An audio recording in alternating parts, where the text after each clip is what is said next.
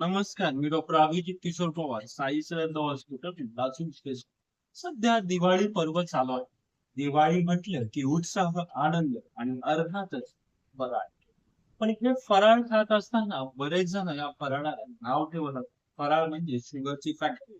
फराळ म्हणजे फॅटची फॅक्टरी. पण हे चुकीचं आहे. घरी व्यवस्थित आपण जर फराळ बनवलेलं असेल, तर ते आपल्या शरीरासाठी हेल्दी ठरू शकतं.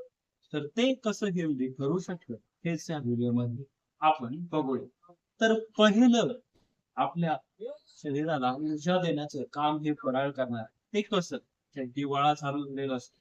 हिवाळ्यामध्ये आपल्या शरीराला ऊर्जेची गरज असते आणि ती ऊर्जा आपल्याला आपण जो काही चिवडा बनवतो, त्या चिवड्यामध्ये पोहे टाकलेले असतात. पोह्याचा चिवडा बनवलेला असतो, त्यामधनं मिळणार आहे. शंकरपाळ्यामधनं मिळणार आहे. लाडू आहे, बेसनाचे लाडू त्यामधनं मिळणार आहे. तर ह्या गोष्टी आहेत, यामधनं आपल्या शरीराला हिवाळ्यामध्ये उष्णतेची आणि ऊर्जेची गरज असते. त्या दोन्ही गरजा पूर्ण होणार.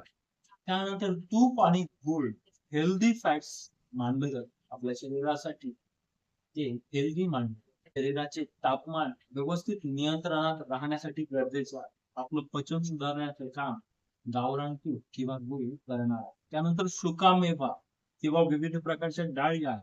तर त्यापासून आपण चकली बनवली जाते, लाडू बनवले जातात, अनारसे बनवले जातात. बेसनाचे लाडू असतात. त्यानंतर आपण शेंगदाणे त्यामध्ये टाकत असते. तर यापासून आपल्याला प्रोटीन, झिंक आणि आयर्न मिळतं.